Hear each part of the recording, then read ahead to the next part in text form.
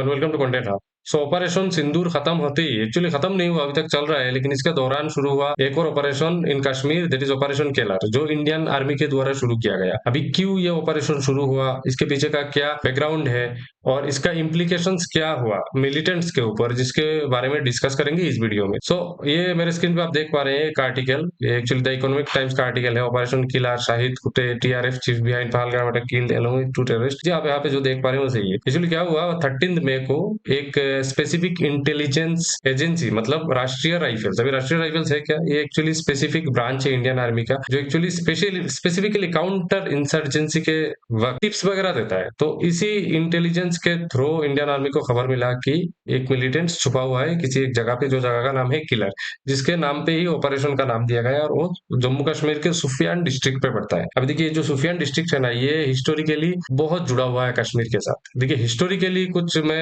Tourism की बात नहीं कर रहा हूँ, मिलिटेंट्स की बात कर रहा हूँ। बहुत सारा अटैक्स वगैरह लास्ट कुछ सालों में हुआ है सुफियान पे, जिसके लिए मैं आगे वीडियो में डिस्कस करूंगा इन डिटेल। तो इंडियन आर्मी के द्वारा एक सर्च एंड डिस्ट्रॉय ऑपरेशन शुरू किया गया। ड्यूरिंग दैट ऑपरेशन टेररिस्ट ने ओपन फायरिंग किया इंडियन आर्मी के ऊपर, और जवाबी कार्रवाई में 3 मिलिटेंट्स मारा गया। देखिए शाहिद अहमद बोल के एक मिलिटेंट्स है, आप मेरे स्क्रीन पे यहाँ पे देख पा रहे हैं, जो कहा जाता है कि चीफ ऑफ लश्कर तैयबा का जो प्रॉक्सी है, the resistance front, the proxy word, देखिए प्रॉक्सी इन द सेंस यहाँ पे ब्रांच आप कह सकते हैं कि लश्कर तैयबा का एक छोटा सा ब्रांच है द रेजिस्टेंस फोर्स। अभी सुनने में छोटा सा लगता है, लेकिन कश्मीर में इसका इम्पैक्ट बहुत ज्यादा है। तो इसका चीफ था जिसको मार दिया गया यहाँ पे, और इसके साथ और 2 लोगों को भी मारा गया, और इस ऑपरेशन का नाम दिया गया ऑपरेशन किलर, जो कश्मीर के सुफियान डिस्ट्रिक्ट पे हुआ। आशा करता हूँ अभी तक जो मैंने कहा वो क्लियर है। But the question is what is the resistance force. देखिए द रेजिस्टेंस फोर्स आप सबको पता होगा, ये एक वेल नोन आर्म ग्रुप है, जो 2019 को एक्चुअली ऑनलाइन एक ग्रुप फॉर्म किया गया था, जिसके बाद धीरे धीरे ये ग्रुप फैलता गया है, और अभी कश्मीर के हर एक जगह पे ये ग्रुप फैला हुआ है। और जो एक ब्रांच है,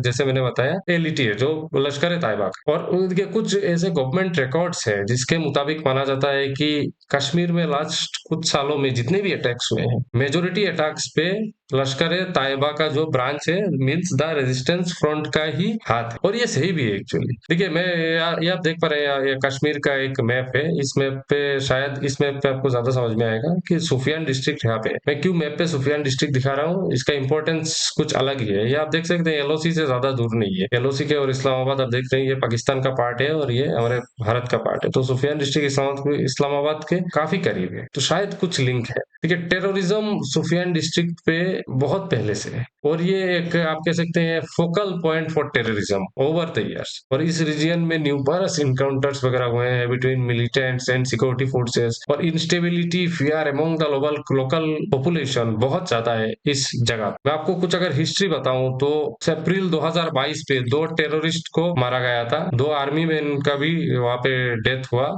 गन फायरिंग में। इसके अलावा अक्टूबर 2022 में भी सुफियान डिस्ट्रिक्ट पे 4 मिलिटेंट्स को मारा गया एक सेपरेट इनकाउंटर में। साथ ही साथ जम्मू कश्मीर में जनवरी 2024 को भी एक इस तरीके का इनकाउंटर हुआ और बहुत सारा डेथ वगैरह हुआ। इसके अलावा अक्टूबर 2024 में भी बिहार का एक लेबर को मारा गया था इसी डिस्ट्रिक्ट। तो देखिए मिलिटेंट्स के नाम पे ये डिस्ट्रिक्ट बहुत ज्यादा जुड़ा हुआ है, और देखिए इसका खत्म करना बहुत जरूरी है। और इसके लिंक ही एक अपडेटेड आर्टिकल है, ये द इंडियन एक्सप्रेस का, आप देख सकते हैं कि India to send team to UNSC with fresh proof of Pakistan terror links. अब ये क्या है, देखिए आप सबको पता होगा यूएन का एक पार्ट है UNSC, that is United nation security council. सबको पता होगा वहाँ पे P5 मेंबर है, परमानेंट 5 मेंबर है, जिसमें रशिया और चाइना भी एक मेंबर है। अभी यहाँ पे एक सेंक्शन है 1267 सेंक्शन कमेटी, जिस सेंक्शन कमेटी के द्वारा आप कह सकते हैं कि जो आईएसआईएस है या फिर अल कायदा है, उसको सेंक्शन किया गया था। अभी सेंक्शन किया जाने का क्या मतलब है, मतलब है कि ट्रेवल बैन किया जाता है, जो भी एसेट है उसको फ्रीज किया जाता है, जो भी आर्म्स एमुनेशन है उसको फ्रीज किया जाता है। ये होता है सेंक्शन करना। अगर यूएनएससी किसी भी ग्रुप को सेंक्शन कर देता है, मतलब उस ग्रुप के ऊपर बहुत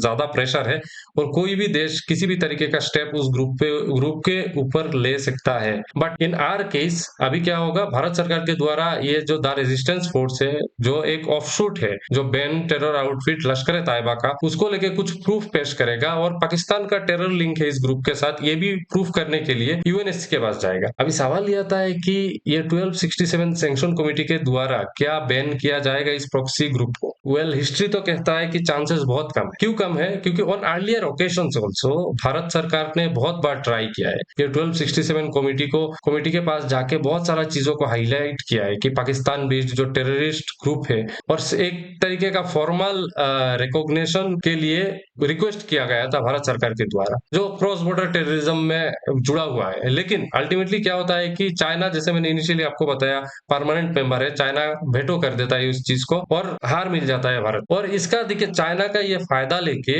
एक तरीके का एक शील्ड प्रोवाइड कर रहा है टीआरएफ को पाकिस्तान। देखिए, इस विषय को लेकर आने वाले समय में अगर कुछ अपडेट आता है तो मैं डेफिनेटली एक अपडेटेड वीडियो आप सबके लिए लेके आऊंगा। You can type your views and suggestion in the comment section. Thanks for watching the video. जय हिंद, जय भारत।